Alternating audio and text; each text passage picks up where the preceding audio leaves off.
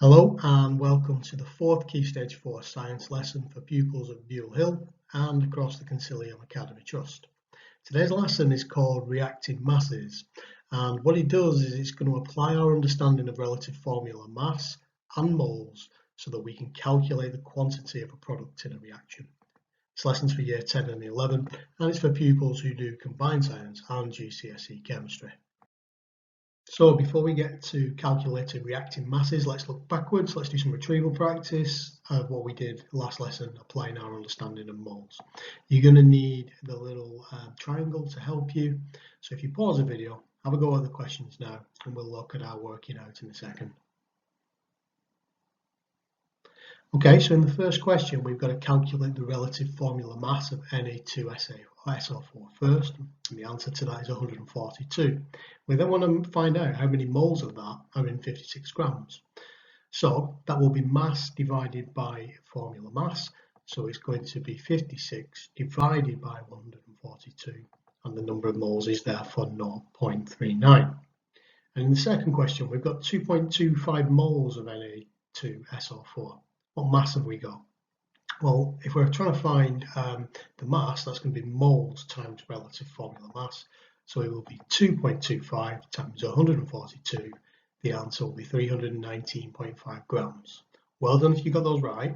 If you're still struggling with that or you haven't seen that work before, you need to go and look at lesson 3 on YouTube. What would you do with the following questions? So it says calculate the mass of the following: 3 NaBr, 4 K2O, and 7 C2H6. What would you do? Let me show you with the first one. That little 3 in front of the NaBr means 3 times NaBr. It's 3 moles of NaBr. So it would be 3 times 103. 103 is the relative formula mass of NaBr. So the answer would be 309.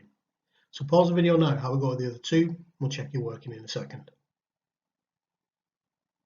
Okay, so 4K2O will be 4 times 94, so the answer is 376.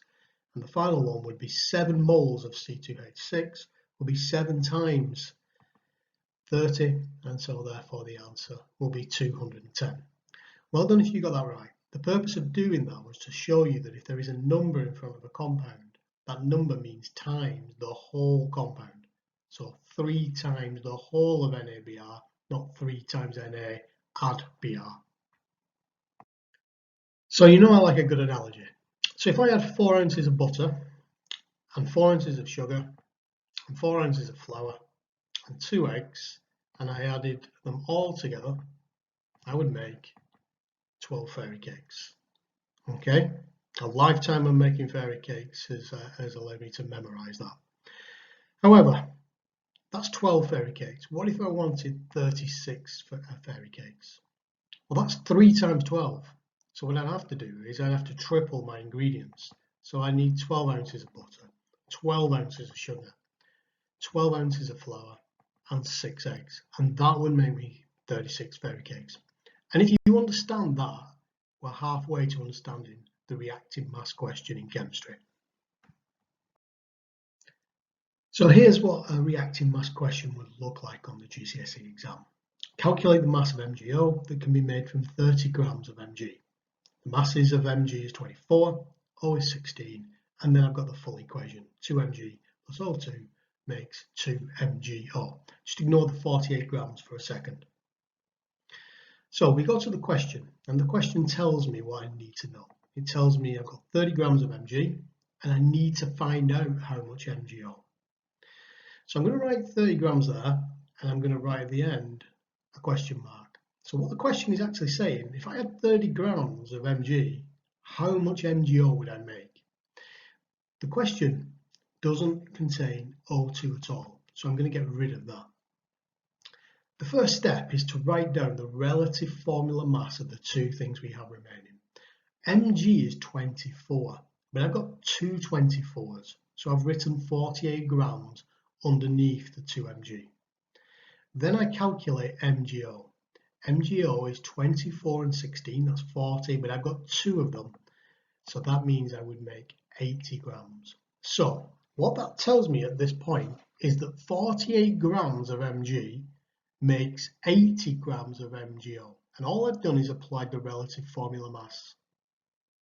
But the question asks me, how much does 30 grams make? So the trick is to do this. Take the 48 and put it underneath the 80.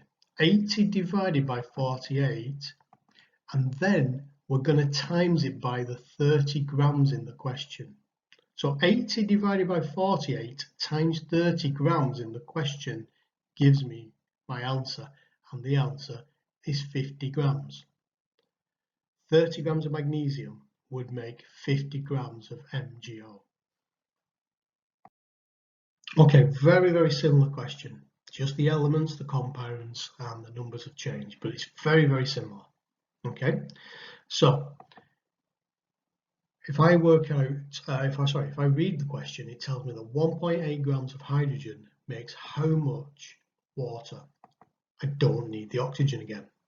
Okay, so if I calculate 2H2, well, H is 1, H2 is 2, 2 times 2 is 4 grams, and my H2O is 2 and 16 is 18 times 2 is 36 grams.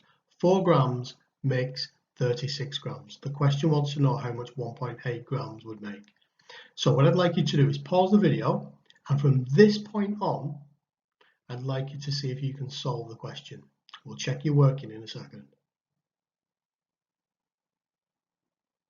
Okay, so if you remember, what we do is we slide the 4 underneath the 36. 36 divided by 4 is 9.